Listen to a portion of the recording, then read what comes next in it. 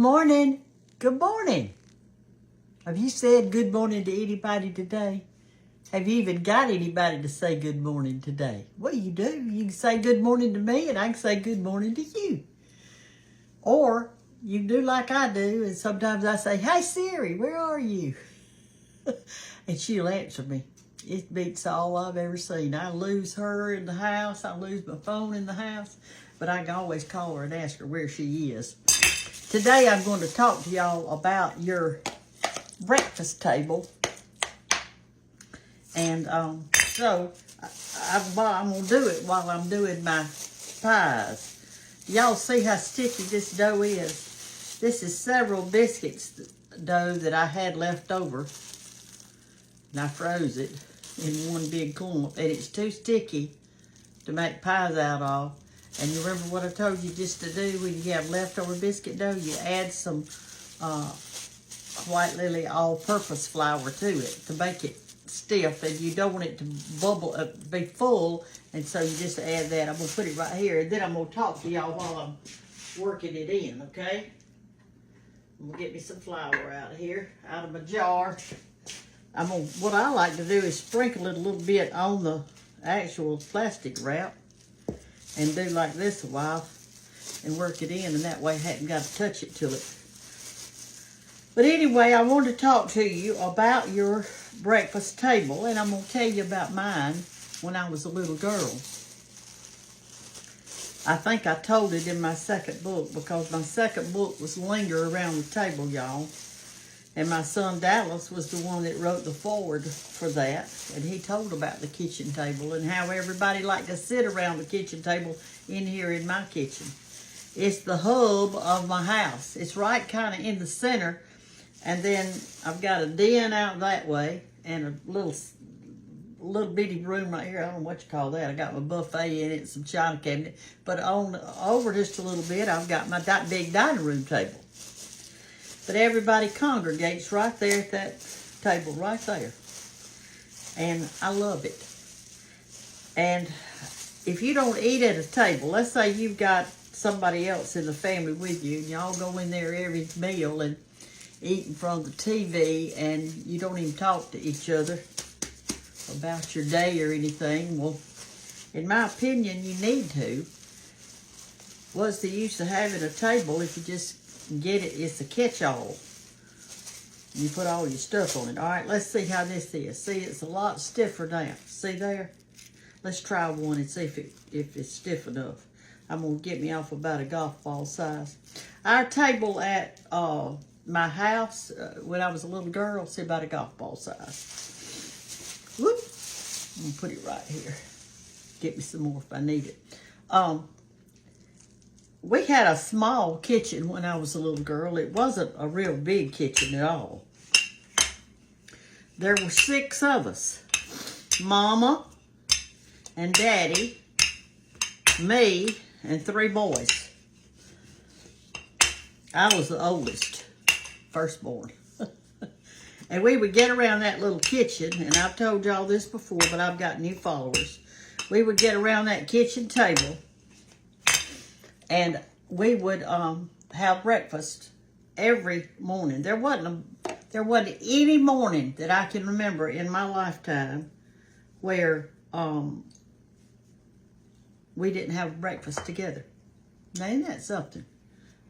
In my whole life, I don't ever remember having breakfast in my bedroom or away from the family or anything like that. I don't ever remember that. And that table was real, real small. But Mother would gather us around it. Daddy was in there. All of us were in there. Mama was at one end of the table. Daddy at the other end of the table. Me and one boy on one side and the other 2 boys on the other side. And we all sat around that tiny, it was kind of a oblong. It wasn't round, it was kind of oblong shape. Now see, that one didn't take all that whole thing, so I just sit in the side and I'll use it on another pie. But anyway, we would sit around that little table and Mother would have a good hot breakfast for all of us. Now mind you, that Daddy he worked the 3 to 11 shift. So you can kind of guess that he didn't get to bed at night till probably midnight or maybe a little after. And Mother waited up on him every night too. She waited up on him. He didn't want her to be in the bed when he got home. He wanted her to be awake, I guess so they could talk or whatever. I don't know, because we were all asleep. But my daddy was so faithful to get up every morning to eat with his children. And my mother was so faithful every morning to get up and cook us all a hot meal.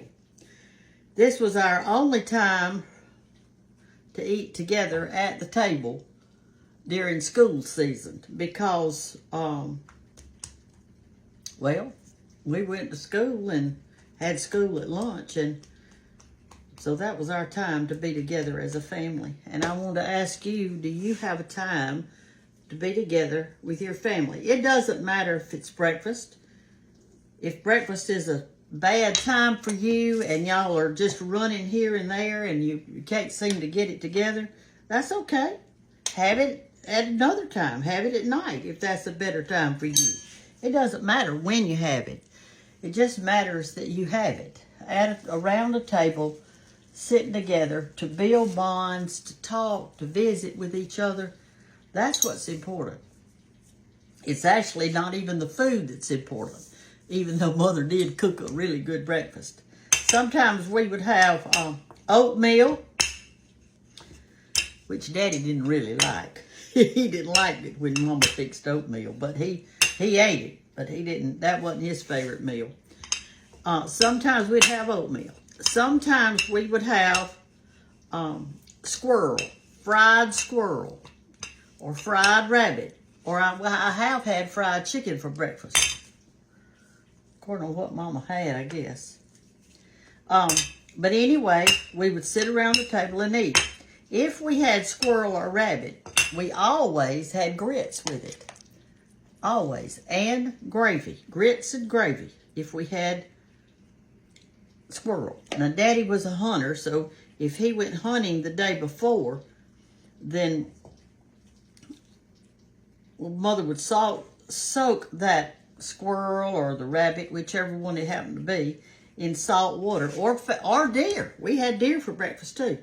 She'd fry it in little fingerling things. But anyway, we would have that. And sometimes Mother would fix scrambled eggs or eggs over easy or bacon or country ham or sausage. We had all kinds of food at breakfast. And every day we had it. So what I'm encouraging y'all to do is to eat together at the table. And that will be a good thing. It wasn't long ago I was at Williamsburg, y'all know that, and I did a talk, a speech, or whatever you want to call it. And after the speech, I had talked about the importance of lingering around the table, and that's why my second book is called that, because my book titles have a purpose. They're not just titles that I stuck on there. They have a purpose. So the Linger Around the Table book, I had talked to them about eating with your family and how important that was and all that kind of stuff. Well, after I finished talking, we did some book signing, and a lady came up to me and she said, "I'm so glad you spoke on that today, on eating around the table." She said, "My 17-year-old son lives with me. And she said, when I fix a meal, he fixes his plate and goes to his room to eat it. And I fix my plate and go out in the den and watch TV to eat it. And we don't eat together." And she said, "But I am going to try to start doing that." And I thought to myself, I'm wishing you luck, darling.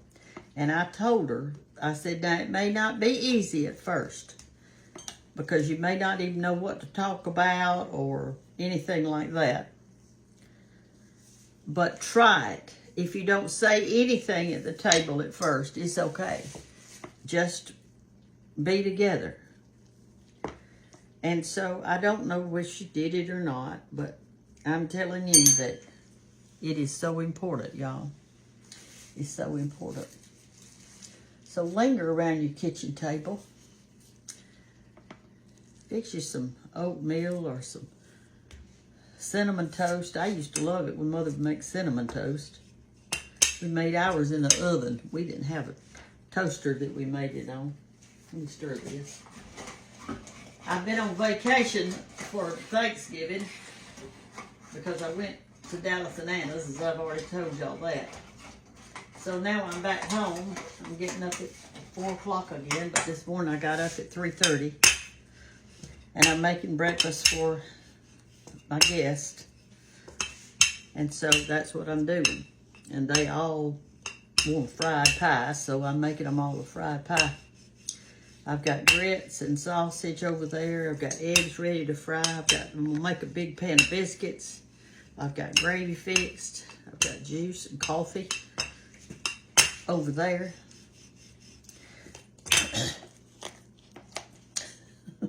So I've been up a long time. I surely have. I ate today for breakfast. I ate leftover biscuits from yesterday when I cooked that. I cooked a salmon patty. Or day before yesterday, whichever day it was. And I had a salmon patty and I had leftover biscuits with it this morning. I heated them up on broil in my oven. Biscuits don't heat up real good to me in a microwave. I actually don't like anything heated up in the microwave, but sometimes I have to do it. And I've got on plenty of clothes today. I'm nice and warm. Y'all see my pretty brooch. Let me see if I can't move this out of, there you go. See that? Isn't that pretty? That was given to me. It was sent to me. It's like a little Christmas brooch. It's like a flower or something. But I thought, well, I'm going to wear that today. And they sent me these earrings and that's all. The rest of the stuff. Oh, the apron. I got the apron.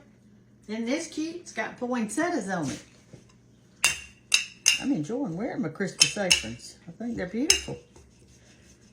Anyway, so that's what I'm doing this morning and making this. I've already made my, I guess I could go ahead and start frying some for you. Let me turn my grease on. We'll start frying them. Because I'm just about through. I'm not cooking but for 7 today. Don't have many to cook for today. This is apple pie filling. But around my kitchen table as a child, Mother would have to cook and do. And she'd have her plates warm. She'd have them warm. And she'd serve us our meal. We'd sit there at the table and eat, talk about school or whatever. Because we had to get through because we rode the bus to school. So we had to kind of eat and finish getting ready so we'd be good. If it was cold weather, Daddy had our school clothes hanging on the fire screen in front of the fire to try to get them warm for the day because it was so cold out there. 1, 2, 3, 4, 5, 6. Let me do one more and I'll be done. We'll cook them.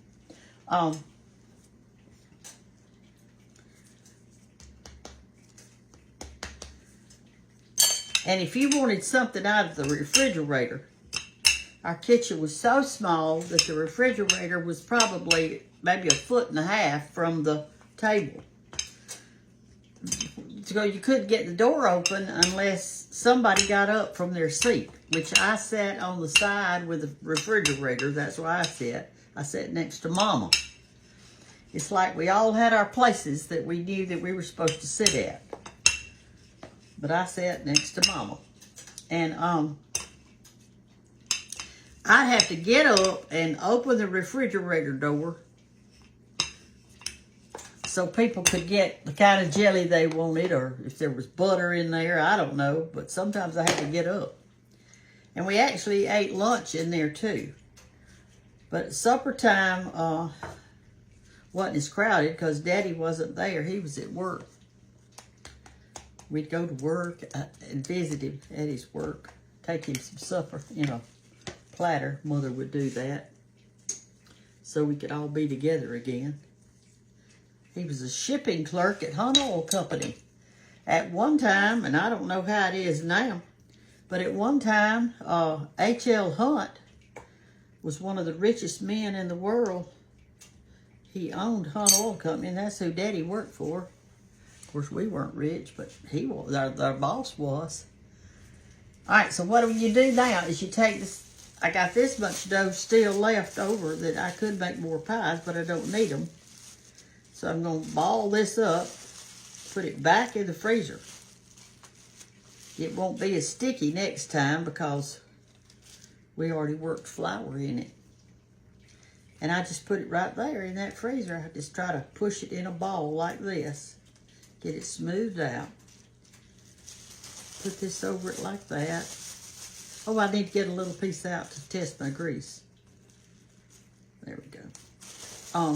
And then freeze it, and you got it ready for the next time. So if you want to, if you've got company coming for Christmas and you want to make fried pies, go ahead and make your dough up. Have that done.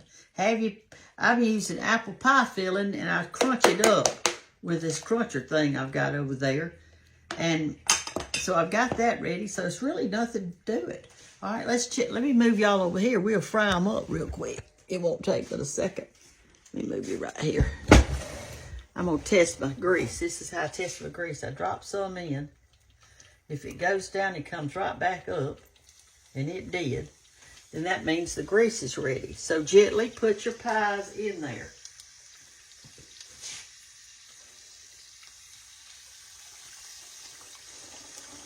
You can use whatever kind of grease you want to, but have it pretty hot because you don't want to, you don't want it to soak up a lot of grease, okay? I think I put 4 in there this morning. To get it out, you want to use a, let me find it, something with holes in it, like that, so you can put the light over there where you can see down in there good. I'm going to sit them right over here on this napkin to drain just a minute. See how pretty they are?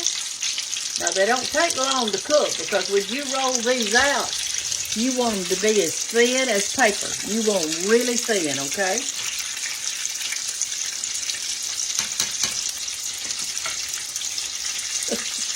Or you want the fried pie right now? Listen, they're so good with black coffee. Don't make you want. It doesn't take but a second. You saw how fast it is. I made them all in about just a few minutes. It wasn't long at all. And then sit down and enjoy it. Now y'all can see my little brooch closer up now. See how pretty it is. It's good, doesn't it? It's a new brooch. I like old-timey ones too. Okay, there you go. All right, these are ready. See there? Put them right here. They just don't take long, and they don't soak up a lot of grease because there's hardly any dough on them.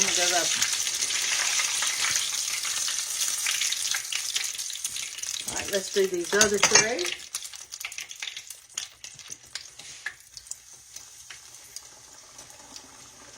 That was 4 right there, and I'm going to do 3 down. We'll be done. I'll leave my pad on my counter over here because I got to make biscuits too this morning. I'm going to make a big old pan of biscuits. I've already made my gravy. And I'm going to fry these eggs up right here. These grits, which I need to stir. They're trying to stick on me.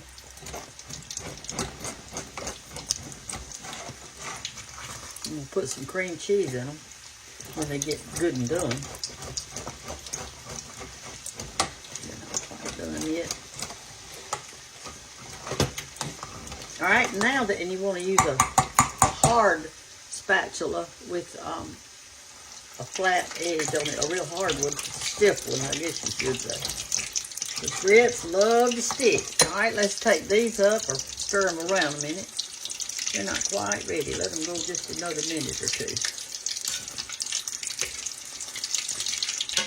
All right, let's put our glaze on these. Here's how you do that. I mixed powdered sugar and a little water. Well, you got it like this. And all I'm going to do is go back and forth on it, like that, and put a little good stuff on it, and let it sit there. It's nice and warm. My plate's warm. Just sitting up here on the stove. Alright, it's time to take these others up. I think I'm going to put them right here. Turn your eye off. Let them drain just a minute before I put the glaze on it. Get all your grease off. Don't have it greasy.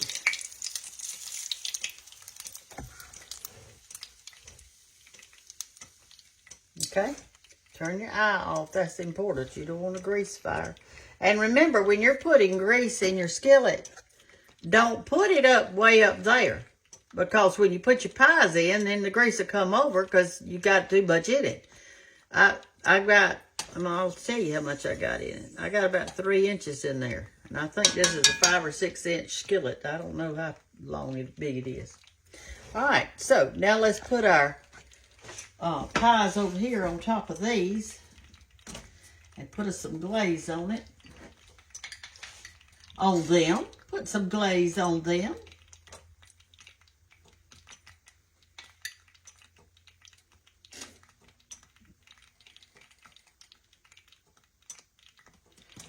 Boy, they look good, don't they?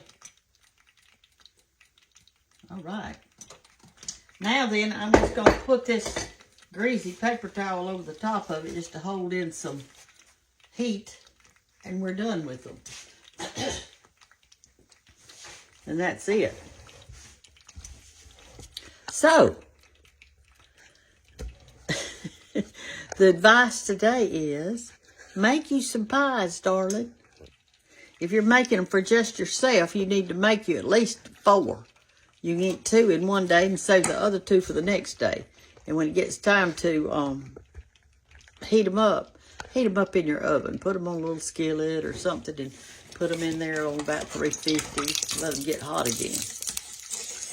Don't put them in the microwave. It messes up the dough. All right.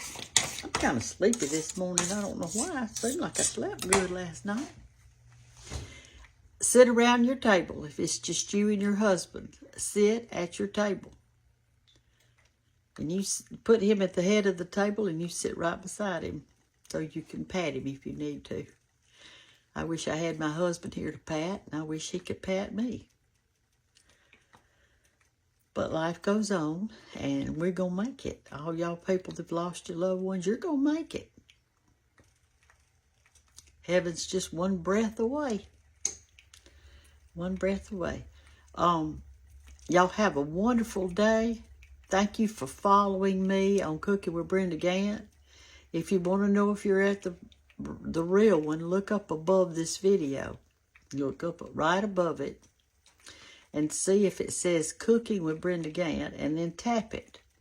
And if it says that she has 3,800,000 followers, then you're following the right one.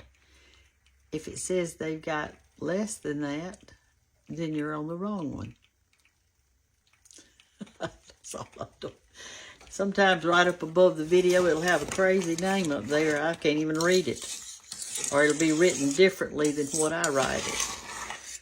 And so they're not doing their own videos. They just copy mine and stick them up there. It's my video. It's just they're stealing it from me. Isn't that bad that people just won't do their own thing? I mean, if y'all want to start you a show, start you one. Just don't use my videos. Start your own. Do you a video. See how it does. Do some for your children. Put them on there. Cook, you go to videos. Instead of pictures, press the video thing, set your camera up there, and make their favorite recipe that you make. And put it on there. And see if, and it'll always be there for your great-grandchildren and the children that you'll never see because you'll be gone on. And they can watch their great-great-grandmother make whatever it is you want to make. You'll have a video for them. Talk to them in the video. Love y'all. Have a great, great, great day. And be blessed. And you'll be blessed by blessing others with a hug or a smile or a kind word or take them a fried pie or whatever. You'll be blessed too. Love y'all. Bye-bye.